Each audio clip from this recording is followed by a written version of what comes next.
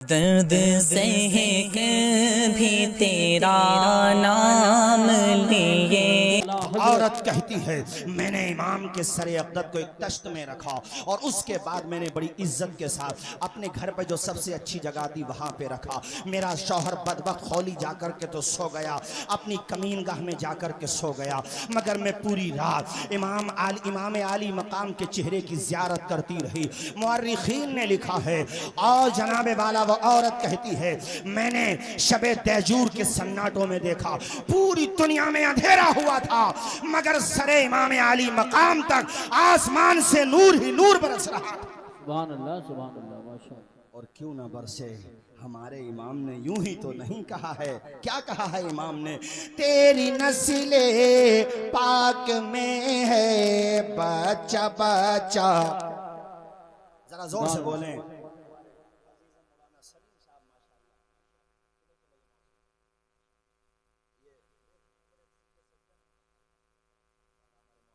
माशाअल्लाह, पढ़िए मेरे साथ झूम के जरा।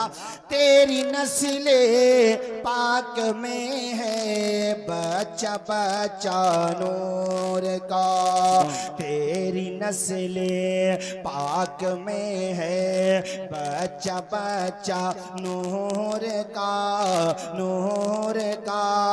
तू है ऐने नूर तेरा, तू है ऐने नूर तेरा, सब घराना नूर का। बोलो सब घराना।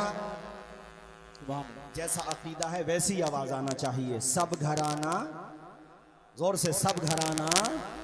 वो औरत कहती है मैं पूरी रात इमाम आली मकाम के सरे अक़दस और आपके चेहरे मुबारक की ज़ियारत करती रही। दिन निकला।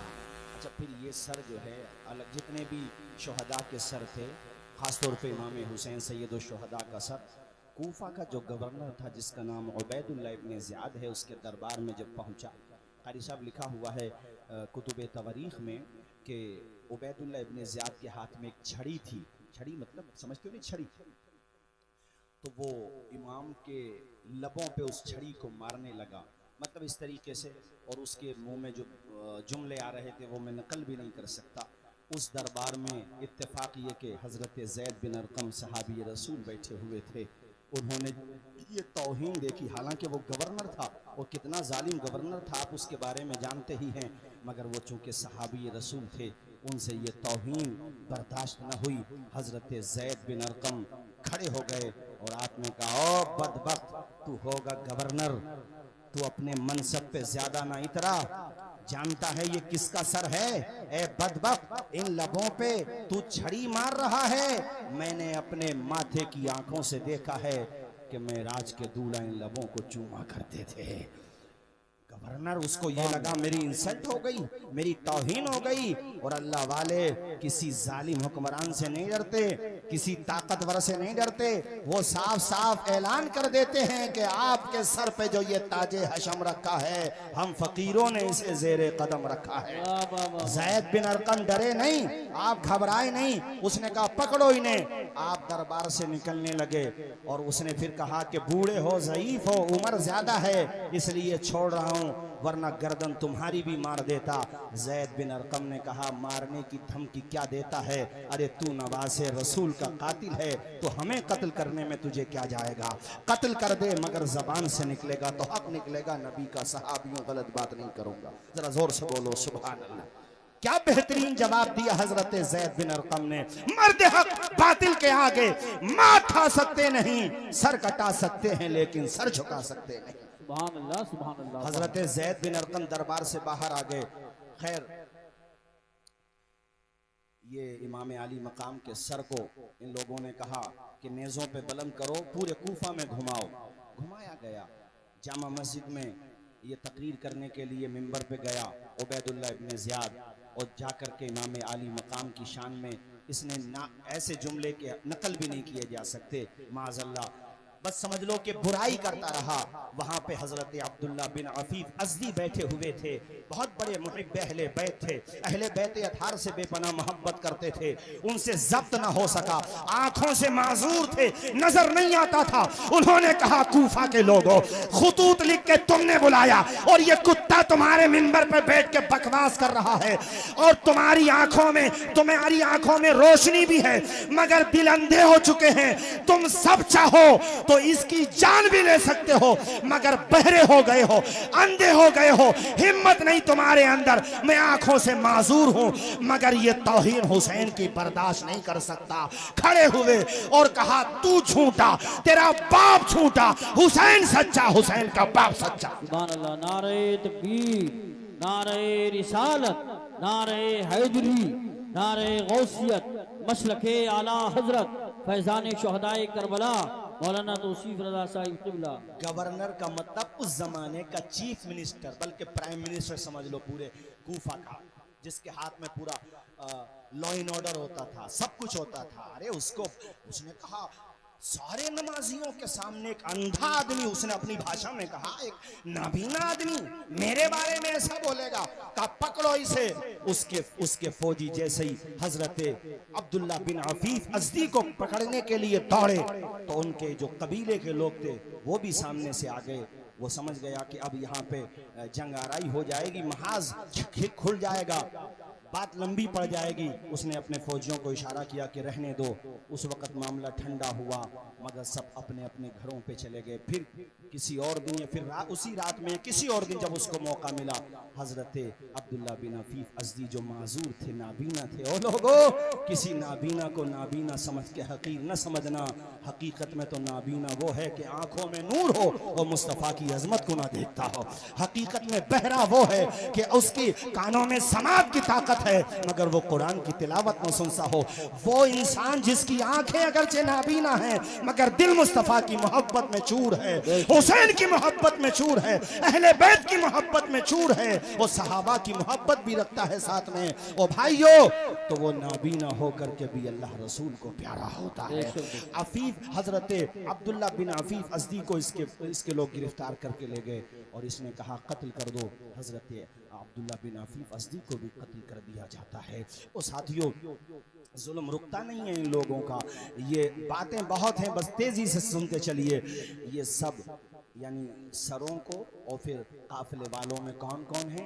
हज़रत ज़ैनब हैं, हज़रत फ़ातिमा बिनते हुसैन हैं। फ़ातिमा इमाम हुसैन की बेटी का नाम भी फ़ातिमा है, बड़ी बेटी का नाम फ़ातिमा है। और मैं आपकी मालूमात के लिए बताऊं कि हज़रत इमाम हुसैन की छोटी बेटी का नाम सुकैना है, जिसको हम और आप आसानी के लिए, तलफ़ुज़ में आसानी के लिए सकीना बोल देते हैं। वो छोटी बेटी हैं। हज़रत फ़ातिमा बिनते हुसैन का जो निकाह हुआ है वो इमाम हसन के बेटे हसन मुसन्ना से हुआ है और फिर उनसे जो नस्ल चली है वो हसनी सादात कहलाते हैं और जो इमाम ज़ैनुल आबिदीन से नस्ल चली है वो हुसैनी सादात कहलाते हैं। जरा जोर से बोल दो ना यार सुभान अल्लाह। और मेरे भाइयों तवज्जो के साथ सुनो, हज़रत ज़ैनब, अल्लाह अकबर, ये कौन है? ये हज़रत इमाम अली मकाम की बहन है। अल्लाह अकबर। उस रोज़ कारी साहब और हम साथ साथ थे अभी बड़े हसनपुर के पास। मैंने वहाँ पर भी ये कहा था कि दास्ताने करबला रिश्तों की अहमियत बताता है। भाई भाई में कैसी मोहब्बत होना चाहिए। अब्बास अलंबरदार से पूछो, अबू बकर बिन अली से पूछो, हजरत उस्मान बिन अली से पूछो। ये बाप शरीक भाई हैं, माँ शरीक और बाप शरीक भाई। हजरत इमाम हसन थे जो शहादत सिर्री के दर्जे पे फाइज हो चुके थे। ये जो करबला में 7 या 8 भाई शहीद हुए हैं, ये सब बाप शरीक भाई हैं, यानी माएँ दूसरी हैं, बाप हजरत मौला अली शेर खुदा हैं। सौतेले भाइयों में मोहब्बत कम होती है मगर यहाँ आलम यह है, मोहब्बत का आलम यह है कि सारे के सारे भाई इमाम हुसैन के नाम पे अपनी जानों का नजराना पेश करने आ गए हैं। उनकी माओ ने तरबियत दी है उन्हें कि हुसैन तुम्हारे भाई बाद में हैं, तुम्हारे सरदार पहले हैं, तुम्हारे आका पहले हैं। भाई भाई के रिश्ते को कैसे निभाया जाता है करबला की दास्तान पढ़ो। शौहर और बीवी के रिश्ते को कैसे निभाया जाता है करबला की दास्तान पढ़ो। सुभान अल्लाह, सुभान अल्लाह। तेजी के साथ कारी साहब, शहर बानो यज़्द गर्द की बेटी हैं, बादशाह की बेटी हैं, और हजरत उमर फारूक आजम के दौर में वो आई थी, और उस वक्त हजरत उमर फारूक आजम ने कहा था ये शहजादी है, तो उन्होंने कहा भी इसका शहजादे ही से होगा। कितने नादान हैं वो लोग जो मोहब्बत अहले बैत का झूठा दावा करें और हजरत उमर के बारे में बकवास करें, हजरत अबू बकर उस्मान के बारे में बकवास करें। उन्हें तो इतनी मोहब्बत है कि हजरत शहर बानों के लिए रिश्तों की लाइन लगी हुई है, मगर हजरत उमर ने कहा नहीं नहीं ये शहजादी है, तो उन्होंने कहा इसका शहजादे ही से होगा। सबने कहा हुजूर किससे होगा, कि आपके बेटे से होगा। कहा नहीं, अली के बेटे हुसैन से होगा। जरा जोर से बोलो ना यार सुभान अल्लाह, और मचल के बोलो जोर से सुभान अल्लाह। वो शहर बानो बादशाह की बेटी, और देखो मैदान करबला में वफा की कैसी तारीख रकम कर रही है। अल्लाह अकबर। बहन का रिश्ता भाई से कैसा होता है ज़ैनब से पूछो, और भाई का रिश्ता बहन से कैसा होता है हुसैन इब्ने अली से पूछो। अल्लाह अकबर। दरबार में जब यजीद के मैं बहुत तेज़ी से दिमश्क और फिर उसके बाद चूँकि मदीना शरीफ वापसी, और फिर बाद में इन यजीदियों का अंजाम क्या हुआ, कैसे चुन चुन के मारे गए, और आज तक यजीद ये सर न उठा सकी।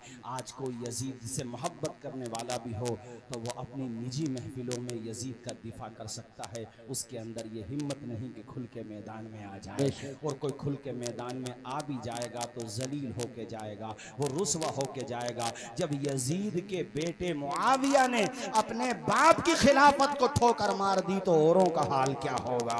ऐ लोगों तवज्जो फरमाइए, यजीद के बेटे का नाम भी मुआविया था। तवज्जो फरमाइए हजरात, मैं ये अर्ज कर रहा था आप लोगों से कि दरबार में जब पहुंचे यजीद के दरबार में, तो वहां पर सैयदा ज़ैनब ने जो खिताब किया है, आपने फरमाया था ए यजीद, मेरे भाई को कत्ल करने के बाद ये ना समझना कि मेरे भाई हुसैन का जिक्र खत्म हो जाएगा, मेरे खानदान का जिक्र खत्म हो जाएगा। याद रखना तेरा नाम चंद दिनों तक बाकी रहेगा, मेरे भाई का नाम कयामत तक बाकी रहेगा। वो जन्नती जवानों के सरदार हैं, लिहाजा चर्चा उनका जहां फर्श पर रहेगा वहां अर्श पर भी रहेगा, जन्नत में भी रहेगा।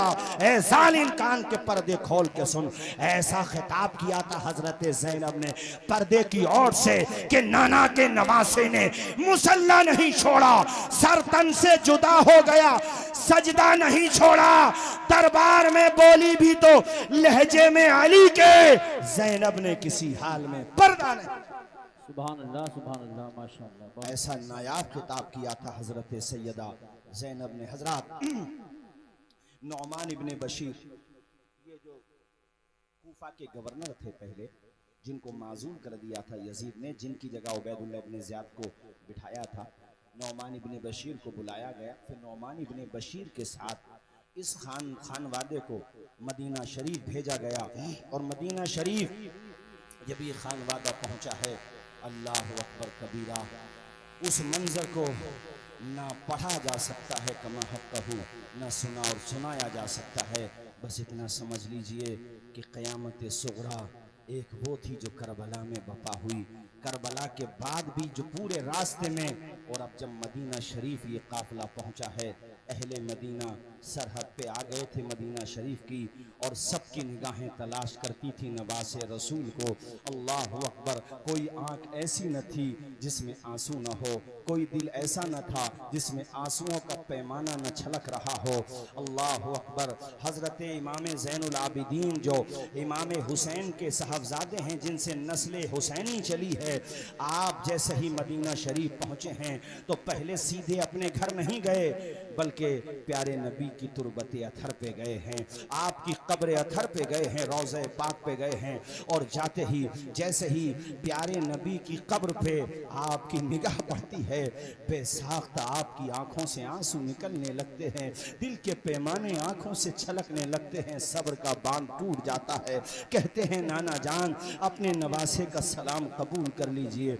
उसके बाद ऐसी ठारस बंदी है कि मदीने वालों की हिचकियां बन गई थी। अल्लाह अकबर कबीरा। ये वो इमाम ज़ैनुल आबिदीन हैं जो आम तौर पे आम दिनों में भी रोज़े से रहा करते थे। हमारे मुसलमानों से तो रमज़ान के रोज़े नहीं रखे जाते। ये वो हैं कि जो आम दिनों में भी रोज़ा रखा करते थे। और जब वक्त अफ्तार कभी मशकीज़े का ठंडा पानी सामने आ जाता तो आंखों से पानी निकलने लगता था। लोग कहते थे इमाम आप पानी को देख के क्यों रोते हैं? कहते थे मुझे करबला की याद आती है। अल्लाह अकबर। ये वो इमाम ज़ैनुल आबिदीन हैं कि जब इनका इंतकाल हो गया था नहलाने वाले ने इनको लहलाया। अल्लामा ज़हबी ने सियर व आलाम नुबला के अंदर ये बात लिखी है कि गस्साल ने जब इनको गुस्ल दिया तो जब इनकी कमीज उतारी उसने तो उसने देखा कि आपकी पुश्त पे आपकी पीठ पे वजन उठाने के निशानात हैं।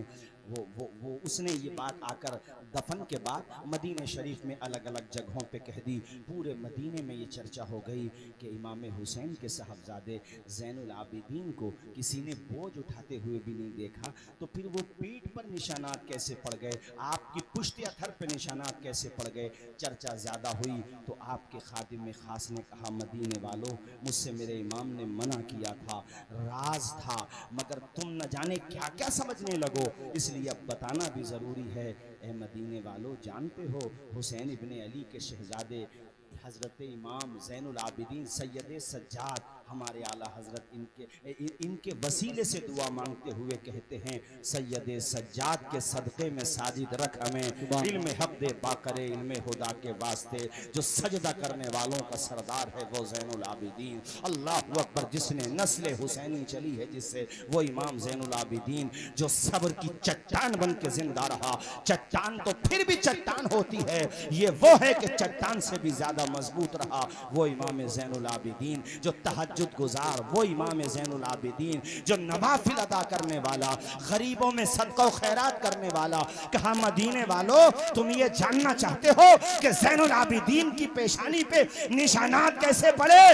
ए मदीने वालों जब तुम बाद नमाज इशा अपनी अपनी ख्वाबगाहों में जाके आराम फरमा हो जाते थे, सो जाते थे, तो उस वक़्त फातिमा का पोता, शेर खुदा का पोता, इमाम हुसैन का शहजादा हज़रत इमाम ज़ैनुल आबिदीन मस्जिद से बाहर आते। आप पूरी रात इबादत करते थे, कुछ आराम कर लेते होंगे, बस बाकी पूरी रात इबादत में गुजरती थी। कहते हैं उसके बाद वो राशन किट तैयार करते थे। राशन किट समझते हो?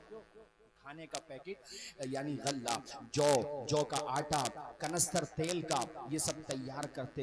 और जब तैयार करके इकट्ठा हो जाते मैं कहता हुजूर मेरी पुश्त पे रख दें। इमाम ज़ैनुल आबिदीन कहते क़यामत के दिन हर बंदा अपना बोझ खुद ही उठाएगा।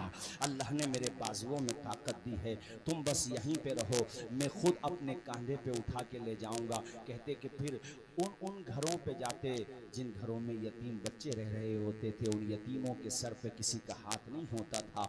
ऐसी बेवा औरतें होती थी जिन बेवाओं के सर से उनके शौहरों का साया उठ चुका होता था, उनके दरवाजे पे रख के आते, फिर आते और फिर वो लकड़ियों के यानी लकड़ियों को एक जगह कर लेते थे। उन लकड़ियों के बोझ को अपने कंधे पे ईंधन के बोझ को ले जाते।